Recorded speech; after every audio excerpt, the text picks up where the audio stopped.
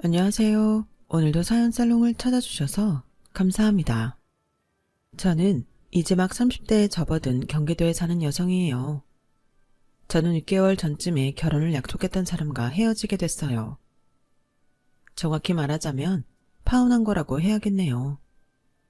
사실 많지 않은 나이에 파혼이라는 걸 하게 되니 어째 부끄러운 마음이 들어 친구들이나 일 관련 사람들에게는 아무 말도 하지 않은 채 지금까지 왔어요. 다들 제가 남친과 사귀다가 헤어졌다고만 생각하고 있죠. 저는 구급 공무원으로 일을 하면서 퇴근 후에 틈틈이 웹소설을 써서 올리다가 독자 수가 늘고 정식으로 연재 제의를 받아 공무원을 그만두고 작가가 됐어요. 하지만 연재를 했다고 해도 처음부터 수입이 썩 좋은 건 아니라서 근처 아파트 단지의 공부방에서 아르바이트를 하며 글을 썼어요. 그래도 갈수록 구독자도 늘고 다른 작품도 연재하게 됐고 차츰 수입이 안정되고 웹소설로만 생활이 가능하게 되더라고요. 그게 공부방 아르바이트를 하고 6개월 정도 됐을 때였어요. 저는 한 1년은 버텨야 될 거라고 생각했는데 반년이나 시간이 단축된 게 너무 기쁘더라고요. 제가 공부방 아르바이트를 그만둔다고 하니 공부방을 운영하시는 선생님은 많이 아쉬워하셨어요. 아휴, 우리 김 선생이 애들 마음도 잘 알고 성실하게 잘 가르쳐줘서 좋았는데 뭐 취직이라도 한 거야? 공무원 그만뒀다더니 다시 공직으로 간 건 아닐 테고. 네, 그냥 조그만 회사에 들어가게 돼서요. 그동안 정말 감사했어요, 선생님. 좋은 일로 관둔다는데 섭섭하지만 어쩌겠어. 내가 정말 아쉬울 때 한 번씩 부르면 안 될까? 너무 바빠서 힘들 때는 좀 도와줘. 네, 그럴게요. 연락 주세요. 저는 그 선생님의 부탁을 뿌리칠 수는 없었어요. 그도 그럴 게 제가 생활하는 데에 정말 많은 도움을 주셨거든요. 하지만 제가 웹소설 작가라는 건 밝히지 않았어요. 그런 게 알려지면 오히려 글 쓰는 데에 부담이 되기도 한다는 선배 작가님들 조언이 있어서 되도록 알리지 않으려고 했죠. 제가 웹소설 작가라는 걸 아는 건 같이 근무했던 곳의 동기 한 명과 엄마, 그리고 아주 가까운 지인 몇 명뿐이었어요. 물론 저는 제가 글을 쓴다는 게 너무 좋고 제가 드디어 글만 쓰면서도 생활이 된다는 점이 참 뿌듯했어요. 사람은 정말 자기가 좋아하는 일을 해야 되는구나 느꼈고요. 그러던 어느 날 저는 같이 근무했던 공무원 동기를 만났어요. 바로 제가 웹소설 작가라는 걸 알고 있는 그 동기였어요. 제가 동기한테는 말할 수밖에 없었던 게 같이 작업을 하다 보니 이것저것 서로 얘기를 해야 했거든요. 그러다가 자연스럽게 웹소설을 쓴다고 했고 그 동기는 놀라면서 제 웹소설을 찾아보고 독자가 되어주었죠. 그럴 때에는 왠지 기분이 좋기도 했어요. 그런데 동기가 친구를 데리고 왔더라고요. 인사해. 여기는 최동식. 나랑 같은 대학 나왔고 지금은 중소기업에 다녀. 동식아, 네가 그렇게 만나고 싶다던 그 웹소설 작가다. 본명은 김유미. 안녕하세요. 정말 영광입니다, 작가님. 저 작가님 작품 너무너무 좋아해서 맨날 읽고 또 읽거든요. 이번에 새로 나온다는 작품도 너무너무 기대 중이에요. 동식이 애가 유미 씨가 쓴 소설을 너무 좋아하는 거야. 내가 그 작가 안다고 하니까 어찌나 만나게 해달라고 조르는지. 결국 여기까지 따라 나온 거 있지? 말도 없이 사람 달고 나와서 미안해. 아니야, 괜찮아. 뭐 쑥스럽긴 하지만 나쁘지는 않다. 안녕하세요. 저도 반가워요. 제 작품 좋아해 주셔서 정말 감사드려요. 저는 제 작품을 읽는 독자를 처음 만나서 너무 신기했어요. 그 사람은 그날 저희가 먹은 걸 모두 자기가 계산했고 저한테 필명으로 사인까지 받아가더라고요. 그러더니 한 번만 더 자기를 만나달라고 하더라고요. 저 절대 진상 아니고 이상한 사람도 아니에요. 진짜 작가님 침을 보고 제가 심쿵해서 어떻게 안 될까요? 저는 싹싹하고 말도 잘하는 그 사람이 싫지 않았기에 알겠다고 했어요. 어쩌면 그때부터 마음이 있었는지도 모르겠네요. 남자는 신이 나서 저와 핸드폰 번호를 교환하고 돌아갔고 저희는 며칠 후 다시 만나게 됐어요. 그런데 저보다 먼저 카페에 도착해 있던 남자가 어떤 사람하고 말다툼을 하더라고요.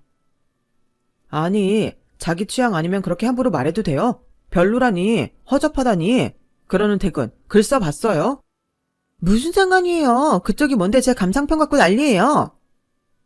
대충 상황을 보니 남자는 맞은편 자리에 앉아있던 두 여자가 웹소설 이야기를 하다가 제 웹소설이 별로고 전개가 허접하다는 둥 마구 비평을 하는 걸 듣고 열이 받은 것 같더라고요.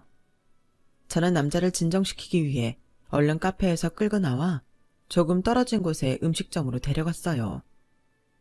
그 사람들은 제 소설이 마음에 안 들었나 보죠. 동식 씨한테 뭐라고 한 것도 아닌데 뭘 그렇게 열을 내세요? 아니, 남이 열심히 쓴 걸 그렇게 입으로만 나불나불 쉽게 말하잖아요. 그 소설을 좋아하고 아끼는 사람도 있고 그걸 쓰기 위해 매일 노력하는 작가님도 있는데요. 그러면 안 되는 거죠. 진심으로 흥분해서 씩씩대는 그 남자에게 저는 그날 맛있는 밥을 사주며 고맙다고 인사를 했어요. 그 사람의 그런 모습이 제 눈에 참 좋아 보였던 것 같아요. 또 다른 답례로 저는 아직 공개되지 않은 회차들까지 남자에게 파일 통째로 보내주기까지 했죠.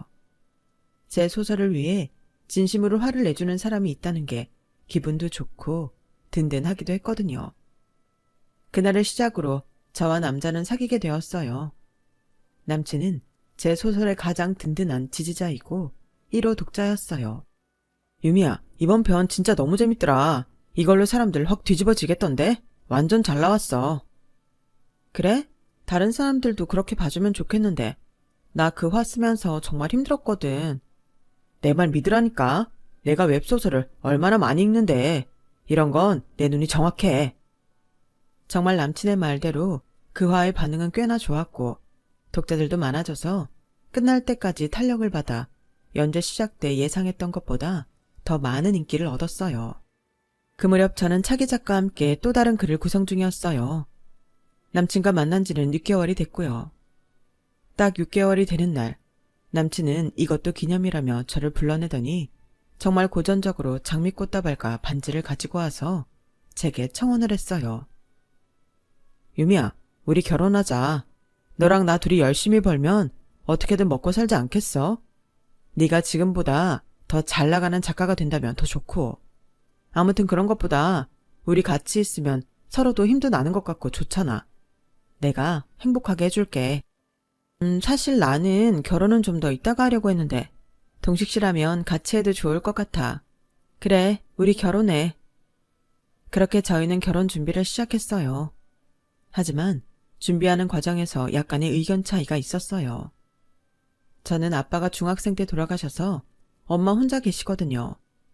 저 대학까지 보내시느라 정말 열심히 사셨고 제가 취직을 하고 나서야 겨우 한숨 돌리셨어요. 그런 엄마에게 제 결혼 때문에 부담을 주고 싶지 않았어요. 하지만 남친은 양쪽 집안의 도움을 받을 수 있을 만큼은 받아야 된다며 불만을 표시했어요. 요즘 부모들 도움 안 받고 어떻게 집을 마련하고 다 감당해. 왜 주신다는 걸 받지 말자는 거야. 유미 너 정직하고 성실한 거 좋은데 사람이 좀 야가야 잘 사는 거야. 우리 버는 거 뻔한데 무슨 자존심이야. 자존심 같은 거 아니야. 부모님 우리 키우시느라 지금까지 고생하신 걸로 됐지. 우리 둘이 살기 위한 예식에 부모님 돈 끌어들이는 건 아닌 것 같아. 우리가 못 버는 것도 아니고 멀쩡히 경제생활 하잖아. 다른 사람들 하는 대로 따라하려고 하지 말고 우리는 우리 형편 되는 만큼 그거에 만족해서 하면 되잖아. 이것만큼은 내 뜻대로 하자. 부모님들 부담 주지 말자고. 저는 엄마가 평생 모은 돈으로 마련한 작은 아파트를 담보로 대출을 받으려고 했던 걸 알고 있었기에 필사적으로 반대했고 남친은 할 수 없이 제 뜻을 받아들였어요. 혹시 알아? 내 다음 작품이 대박나서 돈 많이 벌게 될지. 좀 섭섭한 게 있어도 우리 두 사람 힘으로 하나씩 해내자. 에휴, 그렇게만 된다면 왜 안 좋겠냐? 그거 생각보다 더 어렵다며. 괜히 헛꿈꾸게 하지 말고 현실적으로 되는 일만 얘기해. 일단 결혼 얘기는 유미 네 말대로 진행하기로 하자. 저는 생각보다 냉정한 남친의 말에 속으로 헉했지만 아주 틀린 말도 아니었고 현실적으로 생각하는 게 나쁜 건 아니었기에 그럴 수도 있지 하며 넘어갔어요. 진짜 속마음은 제가 잘 될 수도 있다는 걸 부정하는 것 같아 살짝 상처받긴 했지만요. 어쨌든 저희는 두 사람이 결혼 자금으로 쓸 수 있는 돈에 맞춰 결혼 준비를 하나씩 해나가고 있었어요. 그런데 갑작스럽게 저희 집에 큰일이 생기고 말았어요. 엄마가 집을 사기당한 거였어요. 엄마, 집을 왜? 대체 무슨 일이야? 나는 그래도 유미나 결혼하고 나서 비상금이라도 주고 싶어서 돈을 어떻게 구할까 궁리했거든.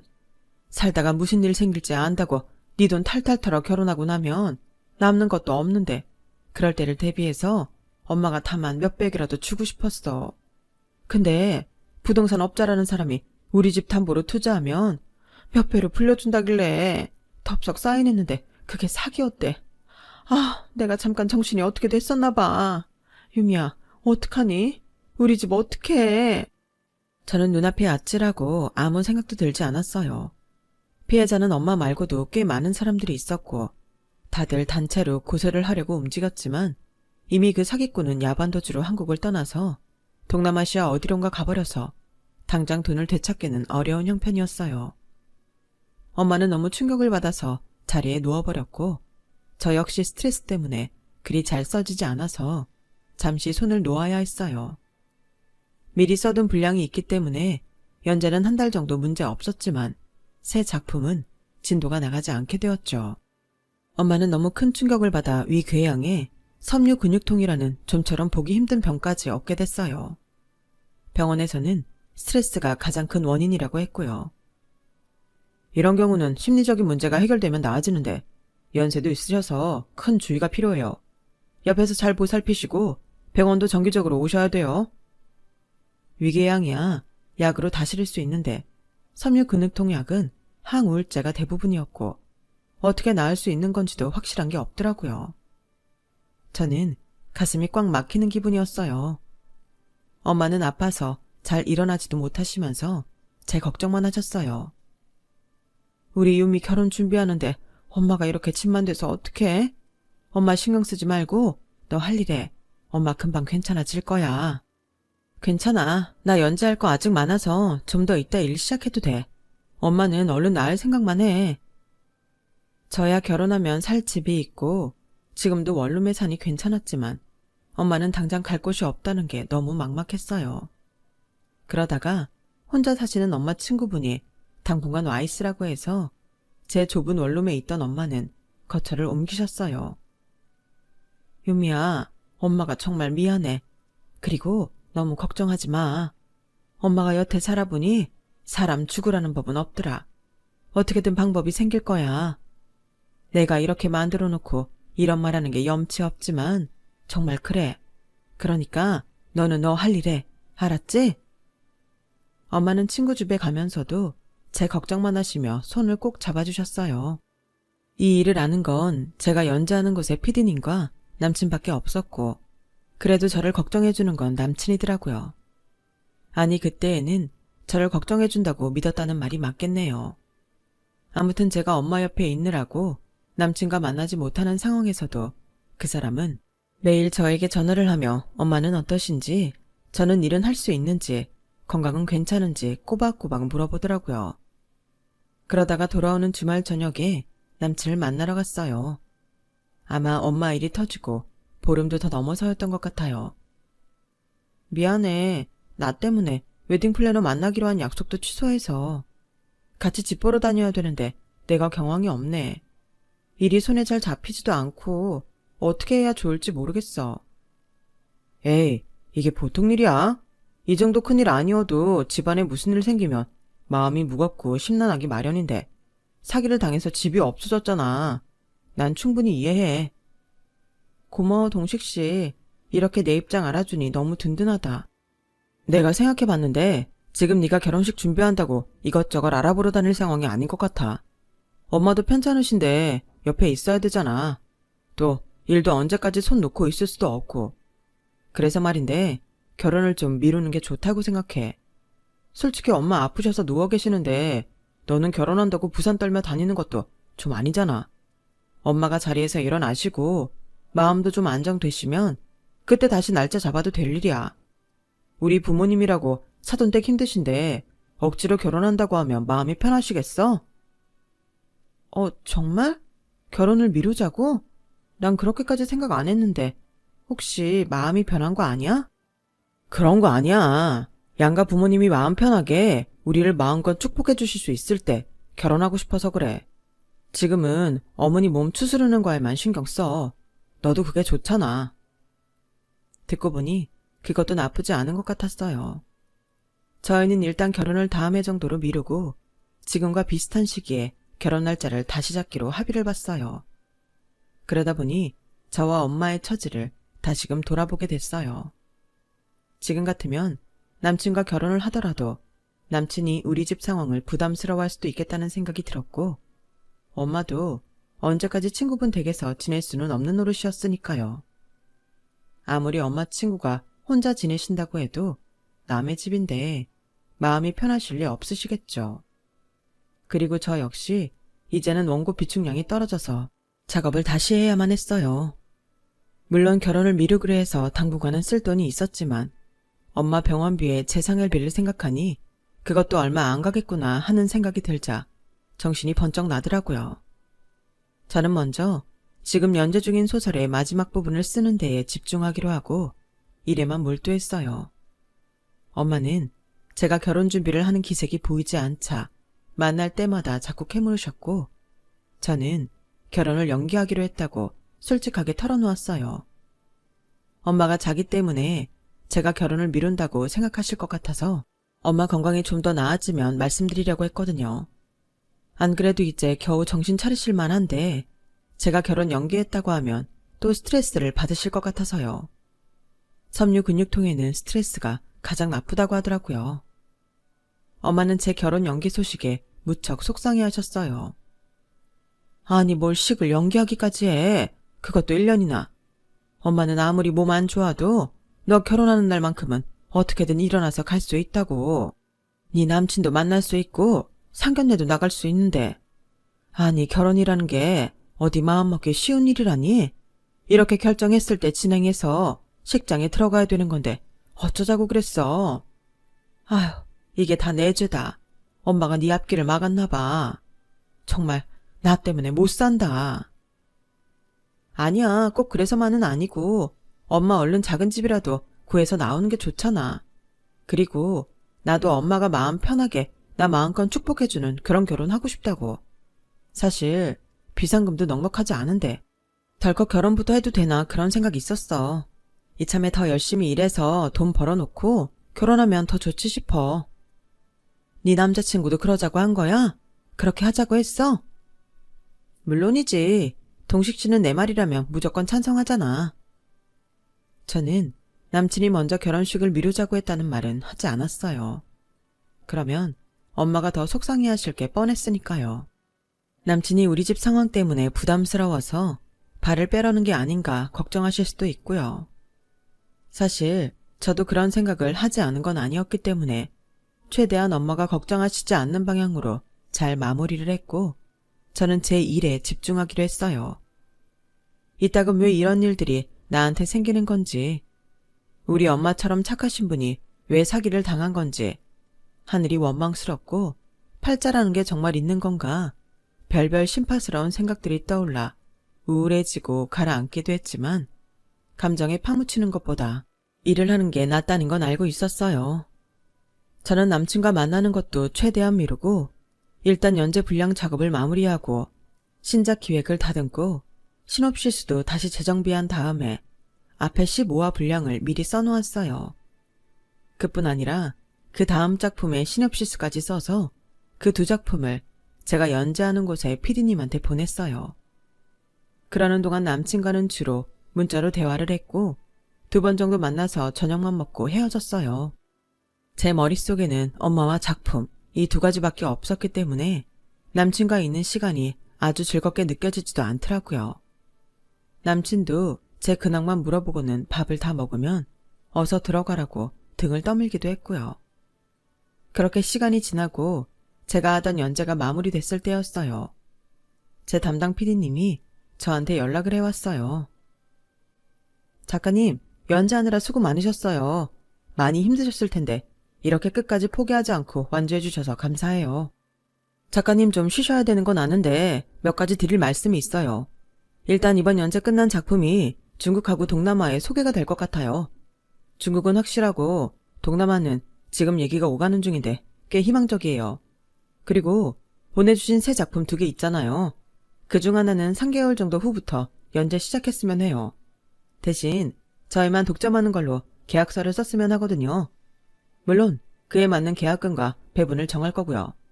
일단 한번 회사에 나오시면 좋겠는데 언제 시간 되세요? 저는 제 작품이 해외에서 연재된다는 소식에 너무 놀랐어요. 이게 꿈인지 생시인지 분간이 안 될 정도였죠. 게다가 새 작품도 계약을 하자고 하니 어안이 벙벙했어요. 저는 흔쾌히 그러겠다고 하고 회사로 갔어요. 작가님, 저희 동남아 계약됐어요. 이게 중국 쪽 계약서이고 여기 왼쪽이 동남아 거예요. 먼저 계약상 문제가 없는지 걸리시는 거 없는지 확인하시고 사인해주세요. 그렇게 동남아 진출 계약서까지 확정한 다음에 PD님은 새로운 계약서를 내미셨어요. 이거는 새 작품에 대한 계약서예요. 저희가 독점할 거고요. 다른 데에 서비스 되지 않는 만큼 저희 쪽에서 기존보다 계약금 더 높게 책정했어요. 물론 배분도 전보다 작가님이 더 받으실 거고요. 이 작품도 빠르게 해외에 접촉해보도록 할게요. 그리고 실온만 주신 새 작품 있잖아요. 그것도 준비되시는 대로 앞에 15회차 정도 보여주세요. 내용이 재미있어서 위에서 빨리 진행하기 원하세요. 마치 한번 출발한 기차가 레일 위를 점점 빠르게 달리듯 제 계약은 일사천리로 진행이 됐어요. 저는 이 정도면 제 결혼 자금에 손대지 않고도 엄마 병원비와 생활비도 다 충당이 되겠다는 생각에 한시름 놓이더라고요. 그런데 좋은 일이 있을 때 또 좋은 일이 생긴다고 하더니 정말 정신을 차릴 수 없을 만큼 대박이 터지더라고요. 제가 공부방에서 아르바이트를 할 때 그곳 원장님이 저를 너무 잘 봐주셔서 증권가에 다니는 동생한테 들었다며 주식 정보를 주셨거든요. 그때 제가 여윳돈이 있어서 그냥 10년은 묻어둔다는 생각으로 원장님이 말씀하신 주식을 좀 사두었어요. 그런데 그게 완전 상한가를 치더니 더는 오를 데가 없구나 싶을 정도로 완전 대박이 난 거였어요. 저는 그 주식을 판 이익과 중국과 동남아 계약까지 하면 엄마한테 작은 빌라는 얻어줄 수 있을 것 같더라고요. 그래서 당장 주식을 팔았고 제 통장에는 전에 본 적 없는 큰 돈이 들어오게 됐어요. 저는 공부방 원장님한테도 감사하다는 전화를 드렸어요. 솔직히 그저 손해만 안 보면 된다는 마음으로 샀던 건데 이렇게 많이 오를 줄 몰랐어요. 정말 감사해요, 원장님. 아우, 뭐가. 이게 다 김 선생이 착하니까 복을 받는 거야. 그 돈으로 뭐 할지 생각은 해봤어? 또 투자해야지. 아, 실은 저희 엄마 집을 사드리려고요. 저는 그러면서 그간 엄마한테 있었던 일을 간략하게 말씀드렸어요. 어머 세상에, 어디 그런 나쁜 놈이 다 있대. 어머니 너무 힘드시겠다. 그것 때문에 병까지 얻으시고. 있잖아, 김 선생. 나 아는 언니가 부동산 하거든? 내가 그 언니한테 좋은 방 나온 거 있는지 물어봐 줄게. 너무 걱정하지 마. 꼭 좋은 집 살 수 있을 거야. 김 선생도 앞으로 더 잘 될 일만 있을 거고. 이런 효녀가 잘 되지 않으면 누가 잘 되겠어. 아, 정말 너무 감사해요, 원장님. 제가 원장님 덕을 너무 많이 보네요. 아휴, 나도 김 선생 덕에 학생들도 많이 오고 집안일까지 이것저것 덕본 거 많다고. 사실 저는 아르바이트를 하면서 원장님이 집안 청소나 자녀들 때문에 힘드시면 시간을 내서 더 봐드리고 청소도 대신하기도 하고 그랬었거든요. 그런 걸 다 기억하고 계신다는 것도 놀랍고 감사하기만 했어요. 얼마 안 돼서 원장님은 부동산에서 연락이 왔다며 만나자고 하셨어요. 부동산에서 소개한 집은 2개였는데 하나는 입지가 좋은 빌라였고 다른 하나는 평수가 작은 아파트였어요. 이 빌라는 지은 지 얼마 안 되긴 했어도 여기가 또다시 재개발될 수도 있어서 그때는 더 비싸게 팔 수도 있을 거예요. 그렇게 팁을 주시는 부동산 사장님의 말에 저는 그 빌라를 계약하고 돌아와 엄마에게 계약서를 보여드렸죠. 아니, 이게 무슨 계약서야? 내 이름이네? 어머, 이거 집이잖아.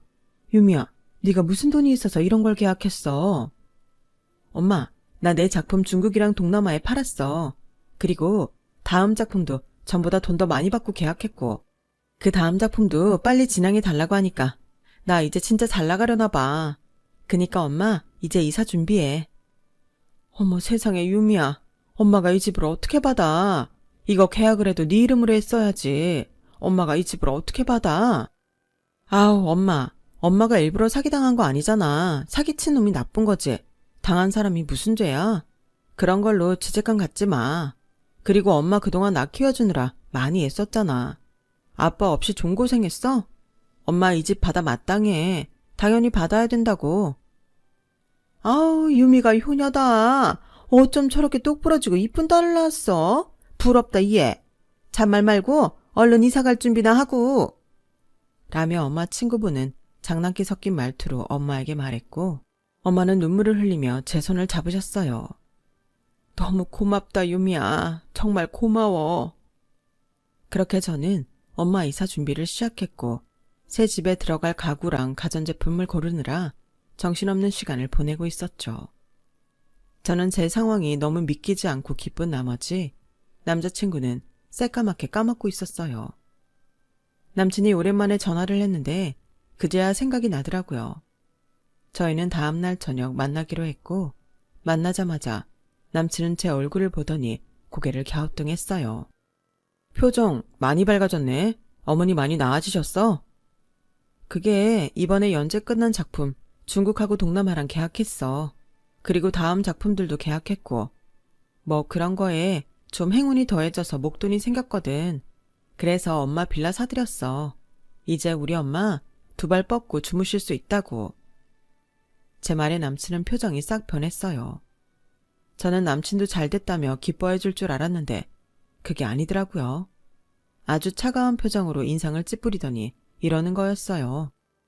야, 뭐? 집을 사드려? 엄마한테? 그거 명의는 누구로 했는데? 명의야 당연히 우리 엄마 이름으로 했지. 야, 너 미쳤어? 어떻게 그런 일을 나한테 한마디도 안 하고 할 수 있어? 펄펄 뛰는 남친의 표독한 목소리에 저는 너무 놀랐어요. 전에는 들어본 적 없이 찬바람이 쌩쌩 도는 목소리였거든요. 아니, 내가 우리 엄마 집 사드리는 걸 너한테 얘기해야 돼? 이건 그냥 우리 집 문제잖아. 그래서 내가 결정해서 한 거야. 그거 대출금은 결혼하면 네가 번 거 내가 번 거 공동재산 되는 건데 그 대출금을 우리 재산으로 갚겠다는 거잖아 너. 근데 그게 나한테 말할 일이 아니라고? 와 진짜 기가 막혀서. 저는 열을 내며 심하게 흥분한 남친을 진정시키려고 애썼어요. 그런 게 아니야. 내 얘기를 좀 들어봐. 야 됐어. 나 너한테 코 끼워서 짐 떠맡을 생각 없으니까 너 혼자 그 대출금 갚든 똥을 싸든 너 알아서 해. 나 사실 오늘 너 보자고 한 거 헤어지자고 하려던 거였어. 뭐 끝까지 좋은 인상 남기고 싶어서 큰 소리 안 내려고 했는데 이렇게 된 거 2판 4판이야. 와 진짜 하마터면 코 끼워서 인생 조질 뻔했네. 웹소설 작가라고 하길래 뭐 늙어서 일 안 해도 저작권 있으면 돈 좀 들어오는 게 있겠다 싶었는데 이건 뭐 콩가루 집안에 대책도 없고 네가 지금 중국하고 동남아 계약했다고 그런 행운이 또 찾아올지 알 수 없는 건데 그 돈을 홀랑 네 멋대로 써버려? 이건 나랑 결혼할 마음이 있는 사람이 아니지. 뭐? 헤어지자고? 그럼 파혼하자는 거야? 야, 뭐 거창하게 파혼식이나. 우리가 예물을 준비하기로 했어. 예식장을 예약했어. 부모님 상견례를 했어. 그냥 깨지는 거지. 너 정말 진심이야? 그러고 싶어? 처음에는 네가 내가 좋아하는 웹소설 작가라길래 환상도 있었고 네 외모도 반반해서 남들 보여주기도 괜찮다고 생각했어. 근데 뭐 이건 알면 알수록 허울만 좋고 실속이 없어. 게다가 멍청한 엄마 뒤치다꺼리 한다고 지 인생 꼬라박고. 내가 그런 집에 미쳤다고 호구 접히냐고. 야, 너 지금 우리 엄마 멍청하다고 했어? 말 다 했냐고. 그래, 말 다 했어. 대체 어떤 정신머리면 그런 사기를 당해서 집을 말아먹냐고. 그게 정상이야? 그런데 돈 좀 들어왔다고 그걸로 집을 계약해? 이름은 엄마 이름으로 하고? 너 평생 그렇게 엄마 뒤나 쫓아다니며 인생 쪽날 것 같은데 나는 그렇게는 못 살아. 우리 둘 살 집을 계약하고 어머니는 어디 시골 공기 좋은 데로 모셔도 될 일을 어떻게 그렇게 할 수 있냐? 아니, 내가 엄마 집 사준 게 싫다는 건 알겠는데 근데 오늘 헤어지려고 했더니 그것도 이유가 우리 엄마야? 우리 엄마가 너한테 뭘 어쨌길래 그렇게까지 말해? 내가 결혼 왜 미루자고 했겠냐? 네 입에서 그럼 우리 헤어지자. 이 말 들으려고 했던 거야. 근데 넌 진짜 눈치 밥 말아먹었더라. 내가 그 정도로 너 안 만나고 문자도 점점 줄고 하면 마음 떴다는 것 정도는 알아야 될 거 아니냐. 사실 처음에는 니네 집 상황 돌아가는 거 봐가며 정말 내년에 결혼할까도 생각했어. 그래서 일일이 문자도 하고 전화해서 너랑 어머니 어떤 짓이 확인도 했고. 그런데 영 답이 안 보이더라고. 냉정해 보일지 모르지만 이런 건 확실히 해야지. 내 인생이 걸린 일인데 안 그래? 너는 계속 병원비 생활비 때문에 방에 처박혀서 일만 하니 내 앞날이 뻔하다 싶더라. 이거 잘못하면 내가 폭탄 또 안겠더라고. 그래서 헤어지려고 한 건데 내 결심에 쐐기를 박아줘서 정말 고맙네. 지금 네가 한 말들 다 진심이지? 헤어지는 것도? 그럼 내가 비싼 밥 먹고 헛소리 하겠냐? 나 그런 거 제일 싫어해, 밥 축내는 거. 그래서 너한테 정 떨어졌어. 어차피 조금 있으면 돌아가실 양반 왜 집을 사주냐고. 돈 좀 생겼다고 그렇게 철없이 홀라당 쓰는 널 뭘 믿고 결혼해? 그래도 너한테 고마운 건 네 덕분에 웹소설 작가에 대한 환상이 깨졌다는 거다. 그건 참 고맙다. 정말 뭐 대단히 돈 버는 것 같지도 않고 맨날 글 쓴다고 궁상이나 떨고 어디 마음 놓고 나가서 놀 시간도 없고 생활감 없는 그런 사람하고 왜 살겠냐? 끝이야, 끝! 너 누구 만나 결혼할 생각하지 말고 혼자 살아. 니네 멍청한 엄마랑 부둥부둥하고 살라고. 괜히 다른 남자 인생까지 망치지 말고. 내 얘기는 여기까지다. 그럼 다시는 만나지 말자. 라며 일어나는 남친에게 저는 보여줄 게 있다고 잠깐 앉으라고 했어요. 남친은 전에 없이 눈동자를 희번뜩거리며 여전히 씩씩댔어요. 저는 화를 내서 참으며 제 핸드폰으로 통장 내역을 확인시켜줬어요. 이게 내가 중국에서 받은 계약금이고 이게 동남아, 그리고 이게 내 다음 작품 계약금이야. 자기가 생각했던 것보다 금액이 컸는지 남친은 움찔하더군요. 그리고 이게 지금 내 통장 잔액. 제 잔액을 보자 남친은 놀라서 제 핸드폰을 뺏어가려더군요. 저는 남친이 가로채기 전 잽싸게 팔을 걷었어요. 야, 그거 공이 몇 개야? 내가 잘못 봤나? 잘못 본 거 아닐 거야. 네가 궁상 맞고 생활감 없다고 한 내 통장 잔액. 내가 중국하고 동남아에서 받은 계약금 합친 거 지금 네 1년 연봉보다 높을걸? 너 뭔 짓 했냐? 계약금은 그렇다 치고 남은 돈은 뭐야? 그건 내가 주식해서 번 돈. 나랑 친한 분이 투자 정보를 주셔서 예전에 묻어둔 게 있었거든. 그게 지금 대박 쳐서 엄마 집 사느라고 팔고 이만큼 남은 거야. 그럼 너 그 집은 대출로 산 게 아니야? 그래, 네 예상을 완전히 벗어났네. 그게 내가 방에만 처박혀서 글만 쓴 나한테 하늘이 내려준 상이라고 생각해. 헤어지는 마당에 이게 다 무슨 소용이 있을까 싶지만 그래도 마지막으로 보여는 주고 싶었어. 라며 제가 자리에서 일어나자 이번에는 남친이 얼른 제 손을 잡더군요. 야, 잠깐만 좀 앉아봐. 이제 할 말 다 했어. 서로 볼 일 없는데 뭘 앉으래. 야, 이걸 먼저 보여줬어야지. 네가 집 얘기 먼저 하니까 내가 순간 너무 흥분해서 그랬잖아. 흥분도 했겠지만 그게 네 진짜 본 모습이던데. 네가 감추고 있던 마음까지 다 보여줬잖아. 너 진짜 대박이다. 어떻게 그렇게 감쪽같이 사람을 속이냐? 그건 너도 마찬가지지. 왜 이런 계약을 하고 주식으로 돈 벌었는데 연락 한 번을 안 해. 그러니 내가 네 사정을 어떻게 알았겠냐고. 그래, 이제 다 알았으면 됐지? 나 간다. 저기 유미야, 내가 아까 성급했어. 우리 결혼해. 하자.